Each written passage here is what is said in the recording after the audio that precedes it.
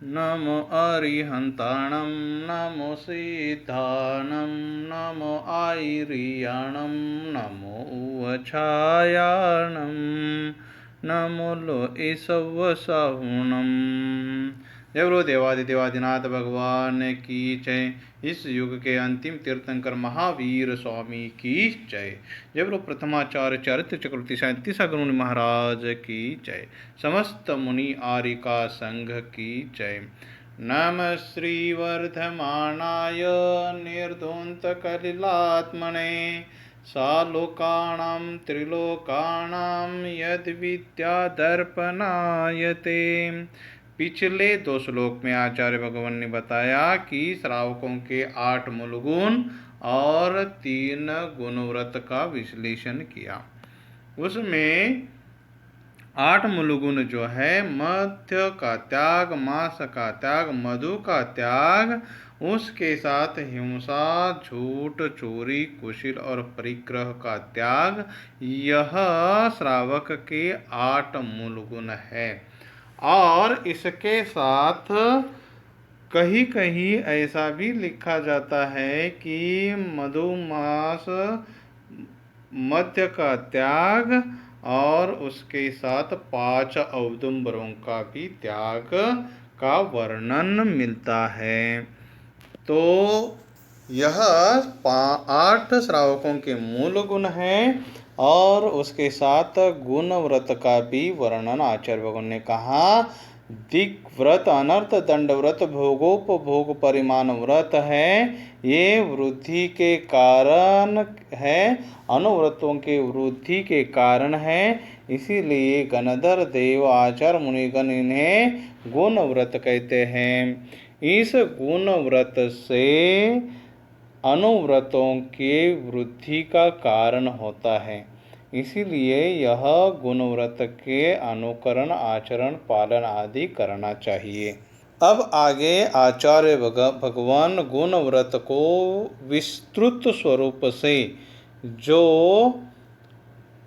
दिग्व्रत, अनर्थ दंड व्रत और भोगोपभोग परिमाण व्रत है, इसे विस्तृत स्वरूप से बताने का प्रयास कर रहे हैं। दिग्वलयं परिगणित कृत्वा तो अहं बहिर्नयस्यामि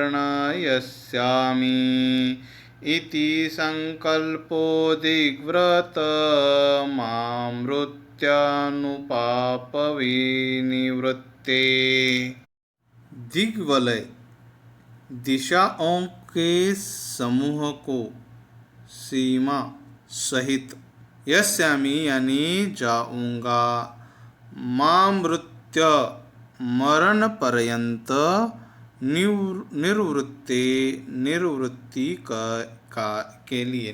निवृत्ति के लिए।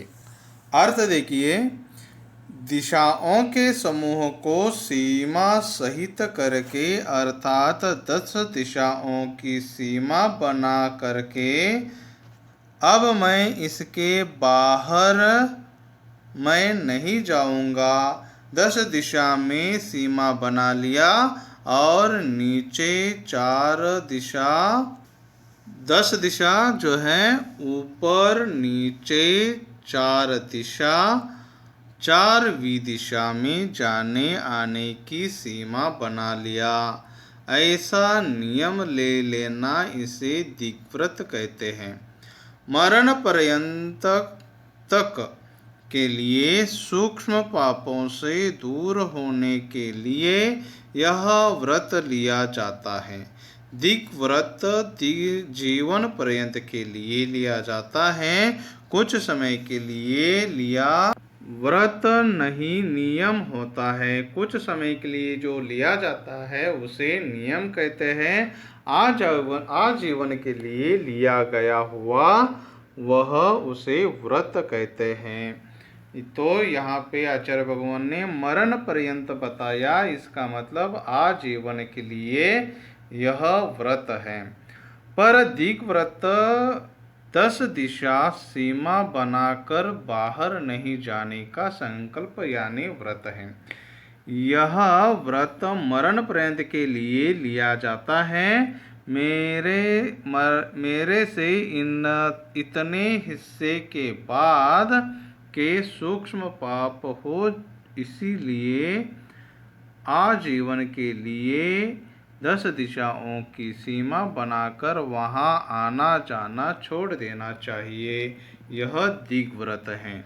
इसका मतलब जो सीमा बनाई है, सीमा के बाहर के जितने भी सूक्ष्म पाप आदि है, वह पाप ना हो, इसीलिए आजीवन के लिए 10 दिशाओं की सीमा बनाकर उसके बाहर आना जाना छोड़ देना, यह दिग्व्रत है। दिग्व्रत का नियम। दिग्व्रत का नियम जीवन भर के लिए लिया जाता है। मैं जीवन भर इस 10 दिशाओं में इससे आगे नहीं जाऊंगा। मैं जीवन पर्यंत भारत से बाहर नहीं जाऊंगा। यह 8 दिशाओं का नियम हो गया।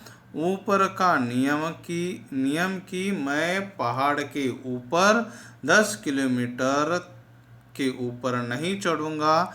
नीचे का नियम, मैं जमीन के नीचे 10,000 किलोमीटर के नीचे नहीं जाऊंगा। उस लिए हुए 8 दिशाओं के बाहर चले गए या ऊपर नीचे जाने की अंतर से ज़्यादा ऊपर नीचे चले गए तो दिग्व्रत को दोष लगेगा। यह जीवन पर्यंत का नियम है। जो 10 दिशा का नियम बनाया है, उस नियम के बाहर नहीं जाना, यह दिग्व्रत है। वह आजीवन के लिए नहीं जाना, यह दिग्व्रत है। तो फिर क्या इसमें आना जाना ही छोड़ा जाता है या फिर कोई और विशेषता है?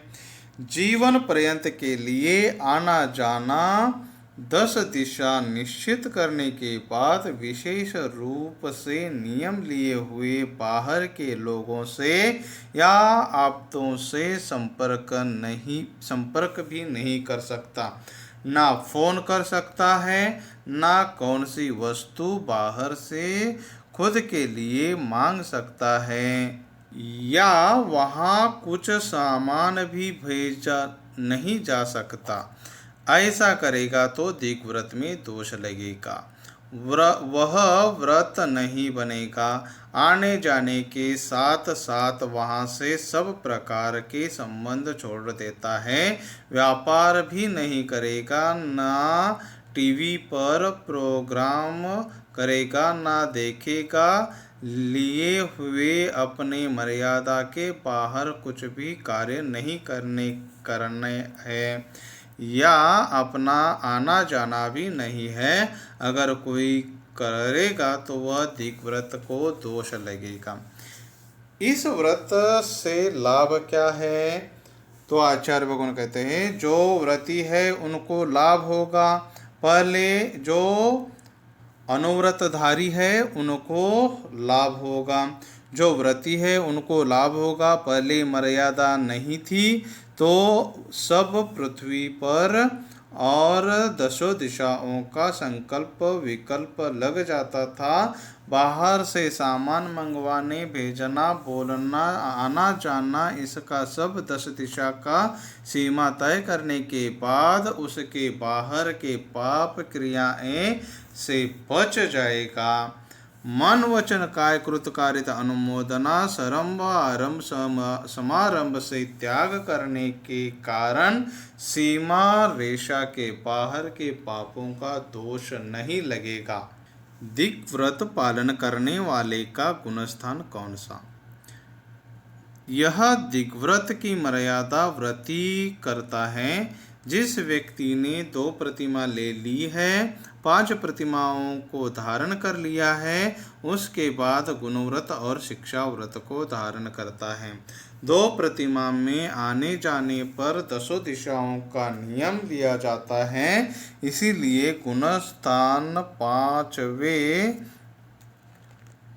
5वां होगा। 5वां गुणस्थान होता है संयत गुणस्थान भी कहा जाता है। व्रती कहलाएगा। व्रती बना है 10 दिशाओं की सीमा बना लिया है, अब उसकी 24 घंटे की निर्जरा होगी। सीमा के बाहर के पापों से बचेगा। 2 प्रतिमा नहीं है और दिग्व्रत का पालन कर रहा है, यह व्रती नहीं कहलाएगा, यह नियम कहलाएगा, यह व्रत नहीं कहलाएगा। जिसने 2 प्रतिमा लिया है उसको 5 अनुव्रत, 3 गुणव्रत, 4 शिक्षा व्रत लेने ही होते हैं। यदि कोई धार्मिक प्रसंग आ जाए तो क्या मर्यादा से बाहर जा सकता है?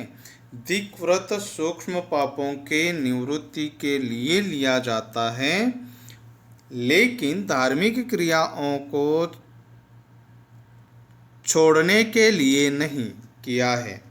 मानो अमेरिका में पंचकल्याणक पूजा है, तो वह पंचकल्याणक में शामिल हो सकता है, वहाँ के अन्य कार्यों में नहीं लगेगा। पापों से बचने के लिए सीमा है, धर्म से बचने के लिए सीमा नहीं। धर्म कार्य करने के लिए कौन सी भी सीमा नहीं है। धर्म कार्य करने से पुण्य बंध ही होता है। पाप क्रियाओं से बचने के लिए सीमा की आवश्यकता है, सीमा की आवश्यकता की गई है। अब सीमा की मर्यादा कैसी ली जाती है, सीमा कैसे बनाई जाती है, इसका वर्णन आचार्य भगवान आगे कर रहे हैं। मकरा करसरी तट्टवी गिरिचन पदयोजनानि मर्यादां बहुर्दिशां दशानां प्रतिसंहारे प्रसिद्धानि। मकरा यानी समुद्र, सरी यानी नदी, प्रतिसंहारे परिमाण में। तो अब इसका अर्थ देखें। समुद्र, नदी, जंगल, पहाड़, नगर, दूरी का प्रमाण, इनकी मर्यादा कही गई है। 10 दिशाओं की परिमाण में जो प्रसिद्ध है। प्रसिद्ध समुद्र, नदी, जंगल, पहाड़, नगर, किलोमीटर आदि की दूरी, इनकी जो प्रसिद्ध है, इनमें जो प्रसिद्ध है, उनकी मर्यादा के प्रमाण से 10 दिशाओं में सीमा बनाना कहा गया है। मैं इस समुद्र से आगे नहीं जाऊंगा, इस नदी से आगे नहीं जाऊंगा, इस जंगल से आगे नहीं जाऊंगा, इस पहाड़ से आगे नहीं जाऊंगा, इस नगर से आगे नहीं जाऊंगा, इतने किलोमीटर के आगे नहीं जाऊंगा, इतने किलोमीटर के ऊंचाई के आगे नहीं जाऊंगा, इतने किलोमीटर के नीचाई से आगे नहीं जाऊंगा। जो 10 दिशाओं में समुद्र, नदी, जंगल, पहाड़, नगर जिनके नाम प्रसिद्ध है, उनकी सीमा बना लेना चाहिए। दिग्व्रत की मर्यादा प्रसिद्ध वस्तुओं के आधार पर बनाई जाती है, अपने मर्यादा के आगे नहीं जाना, यही दिग्व्रत है। कोई श्रावक मुनि बनते हैं तो क्या यह मर्यादा रहेगी या नहीं? यह मर्यादा इसलिए ली गई है ताकि मर्यादा के बाहर के पाप से बचने के लिए। जो महाव्रती मुनि महाराज हैं, उनके 5 व्रतों का सर्वत्याग है। मुनियों के अहिंसानुव्रत, सत्यानुव्रत, अचौर्यानुव्रत, ब्रह्मचर्यानुव्रत, परिग्रह परमानुव्रत है। इनके 5 पापों का कृत कारित अनुमोदना मन वच काय से त्याग है। इसीलिए वो कहीं भी जाएं, से बचने का कोई प्रसंग नहीं है, निर्जरा ही निर्जरा है। इसीलिए श्रावक अवस्था में लिए कई मर्यादाएं हैं, वह श्रावक अवस्था तक रहती है, मुनि अवस्था में नहीं रहती। मुनि बनने के बाद वह चाहे जहाँ जा सकते हैं। ओम नमः, ओम नमः, ओम नमः।